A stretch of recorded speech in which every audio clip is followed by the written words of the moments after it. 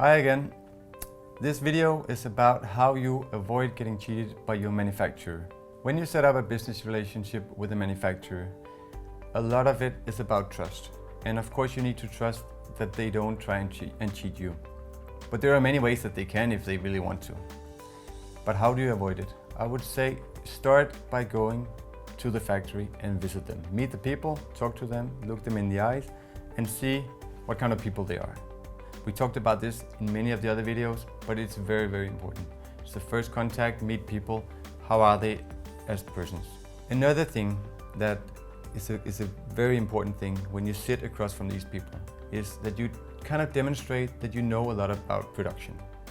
Or at least that you know things that are very important for a product not to have problems when it comes out of production. And there is a few things that I would say are quite simple and that you should talk to them about. One way to demonstrate that you know a lot about production or that you know some of the things that they need to focus on could be to talk to them about how they treat the products when they are finished. Are they pre-washed? Or how did they cut the different colors? So if we go through them one at a time, I would say pre-washed is very, very important, because if a product is not pre-washed, then it will shrink once the customer starts wearing it. It's not all products that can be pre-washed, but for the ones like t-shirts, sweatshirts, ask them to be pre-washed. And it's not necessarily because the supplier really wants to cheat you. It can also be because they are simply out of time. You're pushing them too much with delivery time, so they're like, I don't have time to wash these products and dry them. So I will just ship them as they are. So remember to talk to your supplier about what is important, so they have time, and make them tell you where they are in the process. So always get them pre-washed if you can. Another thing that is very important is that the care label and the composition label inside the product actually matches with the product fabric. If you have a 100% cotton product, you would want the label to say 100% cotton and the fabric to be 100% cotton. Most cases, it's not a problem at all. But if you, for example, are trying to push your supplier and say, oh, I want only 50 pieces, he might end up in a situation where he's not able to develop the fabric for you in the composition you want.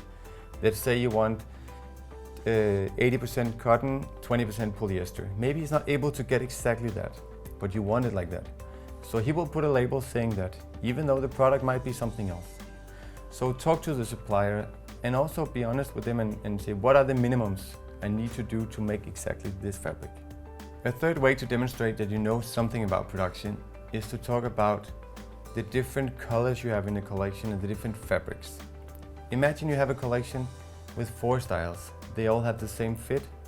To make it simple, let's say it's a t-shirt. All 4 styles is the same t-shirt fit, but they are different colors or different fabrics. That means that they will shrink differently and they will react differently once they are being washed. So you need to talk to your supplier about each color being cut or each fabric being cut individually. Because if a supplier needs to pre-wash your products, he would have to use one measurement spec for one fabric, another measurement spec for another fabric, and after they are pre-washed, they will end up being the same fit. So you need to talk to him about cutting the different fabrics or colors separately. If he wants to, let's call it cheat you. If he wants to do that, he just pile all the fabrics together, all the colors, and cut them at once and finish them. Then they will react differently, shrink differently. You want to avoid that. So demonstrate that you know about this and it's a thing that he should not do. Another thing that you need to be aware of or demonstrate that you know about is the use of stock fabric versus fabric that are developed for your design and your order. Because if you push for low quantities, the supplier might not be able to get the fabric you want. So he might go to a stock place. He might order some fabric that would look nice the first time you see it. But if you come back with another order later, he might not be able to get the same fabric.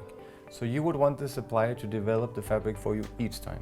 So he can go back and ask for the same fabric to be developed again. It's very important if you have rerunners, if you have things that are always the same.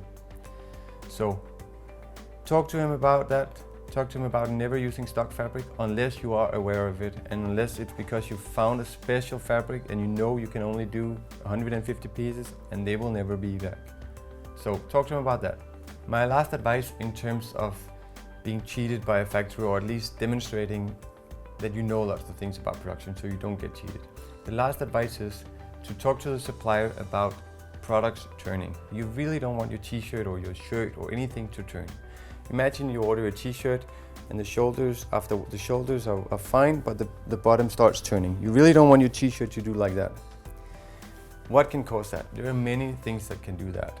Lots of them are very technical, but at least talk to the supplier about how to avoid it. There is a thing that if the supplier uses the last few meters of a garment roll, it might make the product turn. It doesn't have to be like that, but sometimes it does. So just talk to the supplier.